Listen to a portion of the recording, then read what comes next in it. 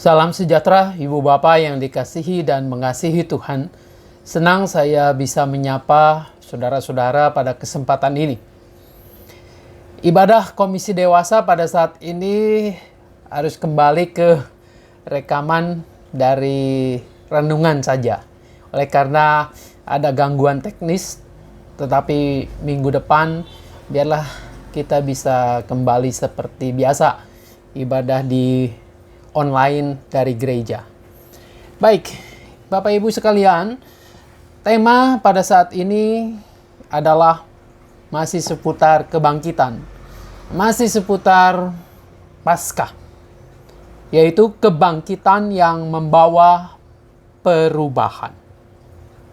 Kebangkitan yang membawa perubahan. Saya membayangkan ketika Anda dan saya pada saat ini yakin betul, percaya pada ajaran, pada doktrin tentang kebangkitan, tetapi tidak membuahkan atau membawa dampak pada perubahan kehidupan kita, akan menjadi sia-sia. Ya buat apa kita percaya bahwa Yesus bangkit tetapi tidak punya pengaruh, tidak berdampak dalam kehidupan kita. Biasa-biasa saja. Ya buat apa juga begitu ya. Baik, saya mengajak Anda dan saya menyiapkan bagian Alkitab yang akan sama-sama kita renungkan pada saat ini, yaitu dari surat Rasul Paulus kepada jemaat Korintus. 1 Korintus pasal 15 ayatnya yang pertama sampai dengan ayatnya yang ke-11. Pasal 15 ini Rasul Paulus berbicara tentang kebangkitan. Dan biarlah itu juga boleh kita pahami tentu dalam konteks dalam kehidupan kita di sini. Sebelum saya membacakan untuk kita semua, saya mengajak kita untuk berdoa agar kuasa Roh Kudus menolong kita untuk kita dapat mengerti memahami firman Tuhan ini. Mari kita berdoa. Bapa di dalam surga, Alkitab sudah kami siapkan. Kami akan belajar dari ayat-ayat yang dituliskan oleh Rasul Paulus kepada jemaat Korintus mengenai kebangkitan. Biarlah dalam suasana Paskah ini kami juga dapat mencernanya dengan baik. Sehingga kebangkitan bukan hanya sebagai doktrin ajaran yang kami percaya, tetapi membawa dampak nyata dalam hidup kami. Yaitu terjadi sebuah perubahan. Perubahan tentunya dari yang negatif kepada yang positif, dari yang pesimis kepada kehidupan yang optimis yang penuh dengan pengharapan. Hamba-Mu tentu penuh kelemahan, keterbatasan, biarlah Tuhan juga yang menolongnya, supaya ketika Ia menguraikan firman ini, dapat disampaikan sesuai dengan apa yang Engkau kehendaki. Dalam nama Tuhan Yesus kami berdoa. Amin.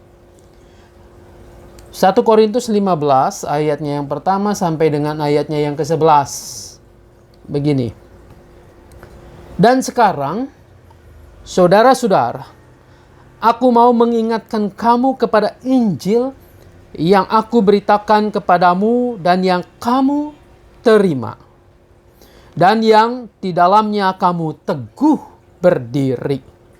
Oleh Injil itu kamu diselamatkan asal kamu teguh berpegang padanya. Seperti yang telah kuberitakan kepadamu. Kecuali kalau kamu telah sia-sia saja menjadi percaya. Sebab yang sangat penting telah kusampaikan kepadamu, yaitu apa yang telah kuterima sendiri, ialah bahwa Kristus telah mati karena dosa-dosa kita, sesuai dengan kitab suci, bahwa Ia telah dikuburkan dan bahwa Ia telah dibangkitkan pada hari yang ketiga sesuai dengan kitab suci, bahwa Ia telah menampakkan diri kepada Kefas dan kemudian kepada ke-12 muridnya. Sesudah itu Ia menampakkan diri kepada lebih dari 500 saudara sekaligus. Kebanyakan dari mereka masih hidup sampai sekarang. Tetapi beberapa di antaranya telah meninggal. Selanjutnya ia menampakkan diri kepada Yakobus, kemudian kepada semua rasul, dan yang paling akhir dari semuanya, ia menampakkan diri juga kepadaku. Sama seperti anak yang lahir sebelum waktunya. Karena aku adalah yang paling hina dari semua rasul. Bahkan tidak layak disebut rasul. Sebab aku telah menganiaya jemaat Allah. Tetapi karena kasih karunia Allah, aku adalah sebagaimana aku ada sekarang. Dan kasih karunia yang dianugerahkannya kepadaku tidak sia-sia. Sebaliknya, aku telah bekerja lebih keras daripada mereka semua. Tetapi bukannya aku, melainkan kasih karunia Allah yang menyertai aku. Sebab itu, baik aku maupun mereka, demikianlah kami mengajar, dan demikianlah kamu menjadi percaya. Sampai di sana pembacaan Alkitab, firman Tuhan. Tuhan Yesus berkata, yang berbahagia adalah setiap kita yang mau mendengarkan firman Allah, memelihara dengan melakukannya. Ibu Bapa yang dikasihi dan mengasihi Tuhan Yesus, tidak disangkal bahwa suasana, keadaan, situasi pada saat ini belum sepenuhnya membaik. Kita masih terus dihantui oleh was-was, oleh khawatir. Khawatir tentang kondisi keadaan ini. Memang kita sempat punya harapan bahwa dengan adanya vaksinisasi, kita dapat segera keluar bebas dari virus yang terus mengancam kehidupan kita, merenggut orang-orang yang kita kasihi, membuat kita tak berdaya, segala situasi dibatasi, dan bahkan dalam mencari nafkah pun kita sangat-sangat dibatasi. Saudara-saudara, dengan penemuan vaksin yang kemudian dikembangkan, pada saat ini realita yang ada juga menunjukkan bahwa virus pun tidak tinggal diam. Ia bermutasi, mutasinya macam-macam. Ada yang di Afrika Selatan, ada yang dari Inggris, ada yang dari Jepang baru-baru ini, yang konon katanya penyebarannya lebih dahsyat. Lalu, apakah kita memang terus meratapi dan terpuruk dalam situasi? Adakah sesuatu yang menggugah, mengubah kita untuk melihat lebih jernih, lebih optimis, lebih berpengharapan dalam situasi yang seperti sekarang ini? Saudara-saudara, ada banyak alasan juga ketika kita melihat bahwa kehidupan ini tidak banyak berubah, bahkan semakin lama semakin memburuk. Kejahatan yang terus-menerus meningkat. Begitu banyak kasus-kasus pembunuhan. Ada anak membunuh orang tuanya, bapaknya. Ada bapak memperkosa anaknya. Dan seterusnya. Lalu kemudian di mana moralitas itu? Di mana kehidupan manusia yang harusnya semakin lama semakin membaik? Lalu untuk tema kita pada saat ini, adakah ayat-ayat suci di dalam Alkitab itu mampu menolong kita untuk mempunyai sikap, untuk mengubah kita, untuk berubah ke arah yang lebih baik? Mari kita telusuri apa yang disampaikan oleh Rasul Paulus kepada jemaat di Korintus ini. Kalau saya melihat, mencermati bagian ayat yang kita baca tadi, adalah mungkin sebagiannya mirip-mirip dengan sebuah kesaksian. Kesaksian yang disampaikan oleh Paulus ketika mengalami perjumpaan dengan Kristus. Tentu dengan Kristus yang bangkit itu. Ia menceritakan bukan untuk menyombongkan dirinya, bukan untuk membanggakan bahwa aku hebat, bahwa aku dipakai oleh Tuhan, bahwa apa yang aku layani atau pelayananku luar biasa. Bukan itu. Fokus pelayanannya bukan dirinya, melainkan Kristus yang bangkit itu yang ia beritakan. Nah, ini kita harus belajar dari apa yang tokoh-tokoh Alkitab lakukan. Bahwa kesaksian-kesaksian yang mereka lakukan bukan sama sekali untuk membanggakan diri, tetapi untuk bersyukur, lalu kemudian untuk memuliakan Tuhan sendiri. Uraian Rasul Paulus dalam 1 Korintus 15 ini adalah tentang kebangkitan Kristus. Saudara-saudara, dikatakan, sekarang saudara-saudara, aku mau mengingatkan kamu kepada Injil yang aku beritakan kepadamu dan yang kamu terima dan yang di dalamnya kamu teguh berdiri. Ini merupakan pengulangan, pengingatan kembali Rasul Paulus kepada jemaat di Korintus ini. Bahwa ia pernah menegur, pernah mengajarkan tentang Tuhan Yesus Kristus. Tentang Injil yang diberitakan, yang di dalamnya kita mendapatkan kehidupan yang kekal itu. Paulus menguraikan di situ bahwa mestinya orang-orang Korintus itu teguh berdiri. Lalu kemudian Paulus mengatakan oleh Injil itu kamu diselamatkan. Asal kamu teguh berpegang padanya seperti yang telah kuberitakan kepadamu. Jadi rupa-rupanya memang betul Injil itu menyelamatkan, namun bukan berarti manusia tinggal diam saja. Paulus mengatakan kamu harus teguh berpegang pada Injil itu. Artinya apa? Berpegang teguh itu menampakkan sebuah sikap yang sungguh-sungguh menjadikan Injil ini bukan hanya keyakinannya semata, tetapi jalan hidup setiap orang percaya. Jalan hidup artinya bahwa Injil ini dilakukan dalam hidup sehari-hari. Percaya kepada Kristus yang hidup itu, yang bangkit itu harus nampak dalam kehidupan sehari-hari.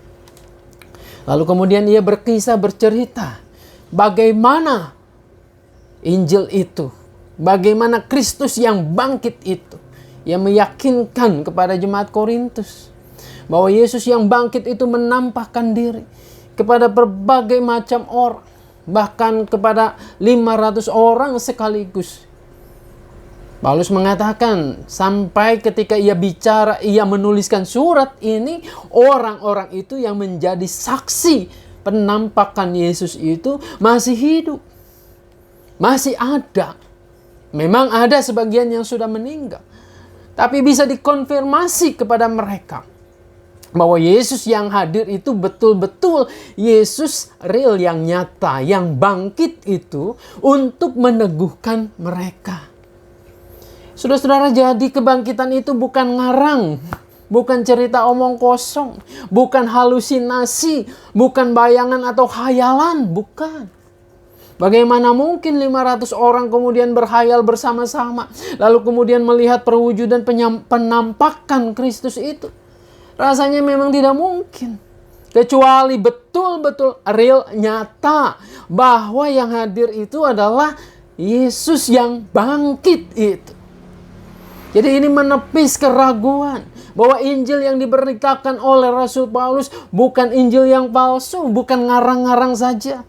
Tetapi masih ada saksi-saksi hidup yang bersama-sama bisa dikonfirmasi, bisa ditanya pada saat itu.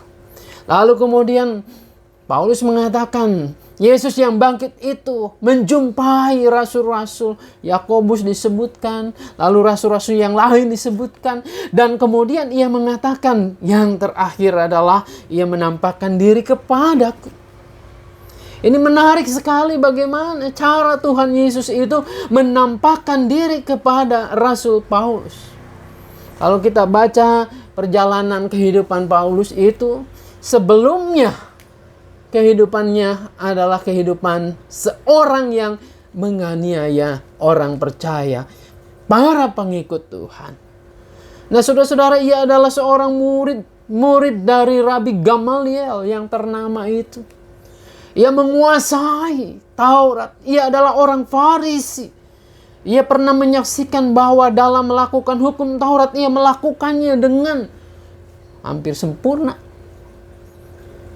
Betul-betul dia tahu detil demi detil hukum Taurat.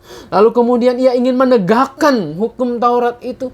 Dan kemudian menganiaya orang Kristen, orang yang percaya kepada Kristus.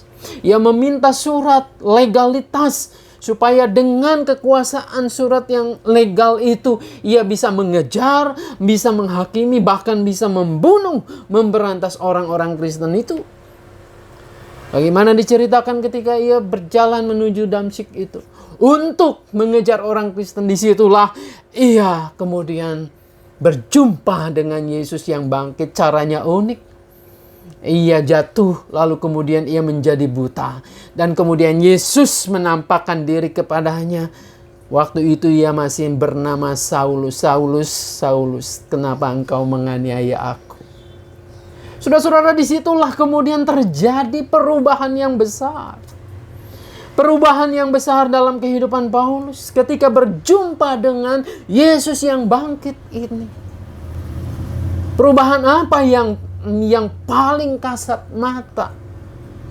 Saudara-saudara, perubahan yang sangat jelas adalah Saulus ketika belum berjumpa dengan Kristus, ia adalah seorang penganiaya orang Kristen, orang percaya. Ia seorang yang membanggakan diri, yang mau menegakkan Taurat itu dengan caranya.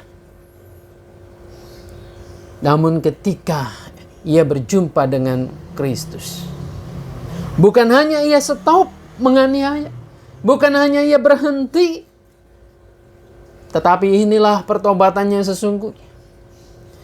Dia berhenti tetapi sekaligus juga menjadi alat di tangan Tuhan. Ia mau memberitakan Injil itu. Ia memberitakan Yesus yang bangkit, yang menghampirinya. Lalu ia kemudian berubah haluan. Yang tadinya menjadi orang yang membinasakan, sekarang menjadi orang yang dipakai oleh Tuhan. Untuk apa? Untuk memberitakan Injil kerajaan Allah itu.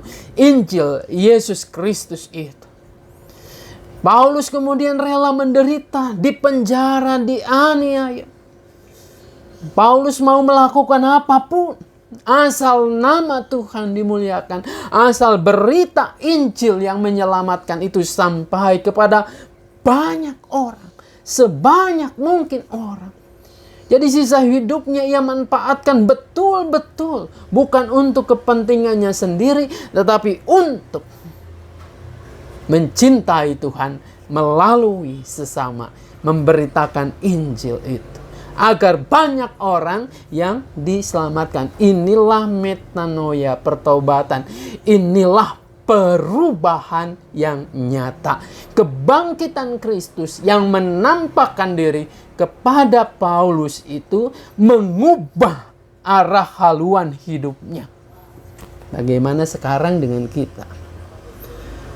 Berita kebangkitan udah sering kita dengar, udah sering diuraikan, dibahas, dikotbahkan. Mungkin Anda juga sudah bosan mendengarkannya. Tapi masalahnya, adakah kebangkitan itu betul-betul secara nyata mengubah arah kehidupan Anda? Mengubah kehidupan saya, kita semua? Apakah ketika kita mengalami perjumpaan dengan Kristus itu, bahwa ada hal-hal kepentingan sendiri yang kita tanggalkan, sekarang orientasi arah kehidupan kita kepada Kristus.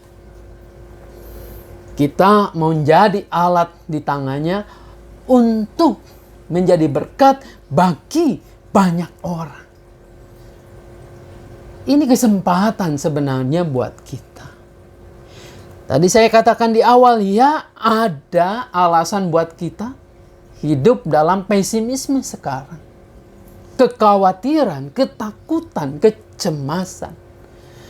Nah, adakah bahwa kita ketika percaya kepada Kristus itu, ini menolong kita untuk menjadi orang yang berubah dari kebanyakan orang yang mengalami pesimisme, ketakutan, yang mengalami kekhawatiran yang berlebihan, lalu kemudian menjadi orang yang siap untuk mendatangkan pengharapan. Tentu bukan pengharapan yang kosong, tetapi ada buktinya, yaitu minimal dengan perjuangan kita. Dengan budi baik kita. Bukan cukup dengan perkataan saja. Saudara yang dikasihi dan mengasihi Tuhan Yesus, saya yakin betul kuasa Tuhan lebih dari cukup untuk memampukan Anda dan saya melakukan sebuah perubahan. Tapi masalahnya pada saat ini yang menjadi pertanyaan besar, apakah Anda dan saya telah mengalami perjumpaan pribadi? Perjumpaan dengan Kristus yang bangkit itu. Sama seperti ketika Paulus berjumpa dengan Kristus. Jadi ketika kita belum dan tidak mengalami perjumpaan dengan Kristus yang bangkit, saya kira kita mustahil untuk menjadi saksinya. Untuk memberitakan kebangkitan, untuk menyebarkan berita sukacita itu. Saudara-saudara, marilah kita membuka hati kita, diri kita, menyiapkan segalanya supaya kita mengalami perjumpaan itu. Dan saya yakin perjumpaan itu pasti akan mengubah arah kehidupan Anda, mengubah dari hidup yang egois menjadi hidup yang mau berbagi, yang murah hati, sama seperti Tuhan yang bermurah hati bagi semua orang. Kehidupan yang akan mengubah Anda dari pesimisme, dari ketakutan, kekhawatiran kepada kehidupan yang betul-betul penuh pengharapan, yang optimis, yang yakin bahwa Tuhan di dalam Kristus senantiasa menolong, menyertai kita. Ini saatnya bagi anak-anak Tuhan untuk menyaksikan kepada dunia yang penuh dengan ketakutan, kekhawatiran itu. Ya, syaratnya bahwa kebangkitan itu mengubahkan Anda, mengubahkan saya. Kalau kitanya tidak berubah, dunia akan menertawakan kita ketika kita memberitakannya. Tetapi ketika Anda dan saya justru memberikan contoh, ini loh orang yang berubah itu, maka dunia akan yakin. Maka orang di sekitar kita, oh iya, memang kamu punya Tuhan yang bangkit. Kamu punya Tuhan yang luar biasa. Biarlah Tuhan menolong, memberkati kita semua. Amin. Mari kita berdoa. Bapa dalam surga, terima kasih. Tuhan boleh mengingatkan kami kembali tentang kebangkitan. Tentang dampak yang harus terjadi dalam hidup kami. Yaitu kebangkitan ini membawa perubahan, tentu perubahan yang lebih baik. Pimpin kami, sertai kami, supaya kami hidup memuliakan nama Tuhan, menyatakan perubahan itu, dan membagikan cinta kasih Tuhan kepada sesama kami di sekitar kami. Ada banyak hal yang kami juga menjadi alasan untuk kami takut, cemas, khawatir. Tapi Tuhan menolong kami untuk terus menjadi orang yang berpengharapan. Kami berdoa untuk setiap keluarga-keluarga kami, orang-orang yang kami kasihi, kami cintai, yang sedang bermasalah, kesulitan dan seterusnya. Tuhan hadir di rumah kami masing-masing untuk berkenan memulihkan. Kami percaya bahwa kasih Tuhan menyertai kami senantiasa dari sekarang ini sampai dengan selama-lamanya. Dalam nama Tuhan kami Yesus Kristus yang kebangkitannya terus akan mengubahkan kami, kami berdoa kepada Bapa di surga. Kasih Tuhan mengiringimu, dan sayapnya melindungimu. Tangan Tuhan pegang di dalam hidupmu. Majulah dalam terang kasih-Nya. Kasih Tuhan mengiringiku, dan sayapnya melindungiku. Tangan Tuhan pegang di dalam hidupku. Majulah dalam terang kasih-Nya. Tuhan Yesus memberkati kita semua. Amin.